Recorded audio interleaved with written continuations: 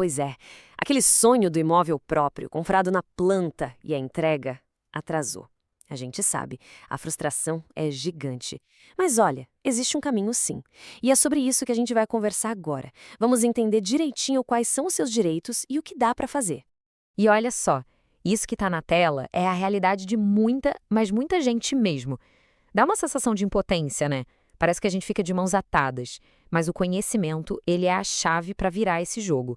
Porque sim, a lei protege quem está passando por isso, mesmo que nem todo mundo saiba.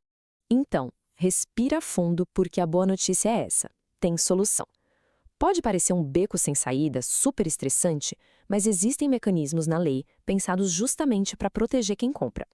E para começar, a gente precisa entender um conceito que é, assim, o ponto de partida de tudo. Vamos lá. O primeiro ponto que a gente precisa ter na cabeça é algo que provavelmente está lá no seu contrato, o famoso prazo de tolerância. É esse prazo que serve como uma linha no tempo, sabe? É ele que diz quando o atraso deixa de ser um atraso previsto e passa a ser oficialmente uma falha da construtora.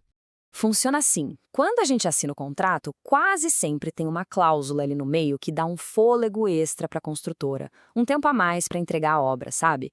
Isso, em si, é permitido por lei. Só que tem um limite, e esse limite é bem claro. E que limite é esse? 180 dias. Grava bem esse número, porque ele é o divisor de águas. Até 180 dias de atraso depois da data prometida, a construtora ainda está, digamos, dentro das regras do jogo do contrato. Mas passou um dia disso, aí o jogo vira. E vira a favor de quem comprou. Então, o ponto-chave é esse aqui. Deu os 180 dias de tolerância e nada do imóvel, a construtora entra no que o pessoal do direito chama de mora. É o nome técnico para dizer que ela está oficialmente em dívida, inadimplente com a entrega. E é exatamente nesse momento que os seus direitos ganham uma força gigantesca. Beleza, então a construtora passou do prazo. E agora? O que dá para fazer na prática? Vamos mergulhar agora nos principais direitos que podem ser exigidos.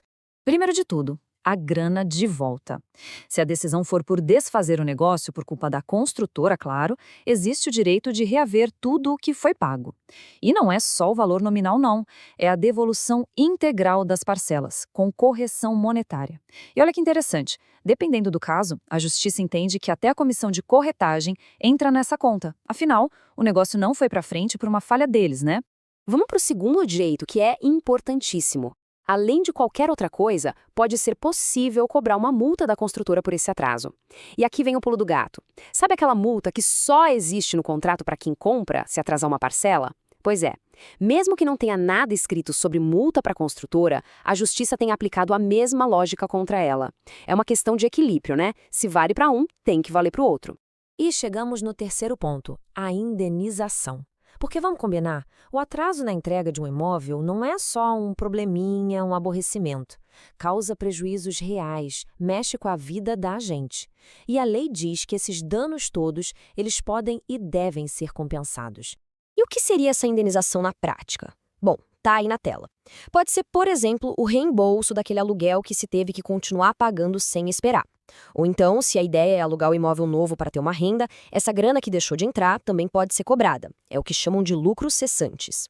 E claro, tem também a compensação por todo o desgaste, o estresse, a frustração. Isso entra como dano moral. Ok, com todos esses direitos na mesa, chega a hora de uma decisão importante. Diante do atraso da construtora, qual caminho seguir?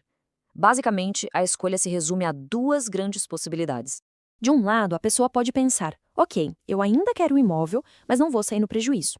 Nesse caso, o caminho é manter o contrato e buscar a indenização por todo o atraso e os danos.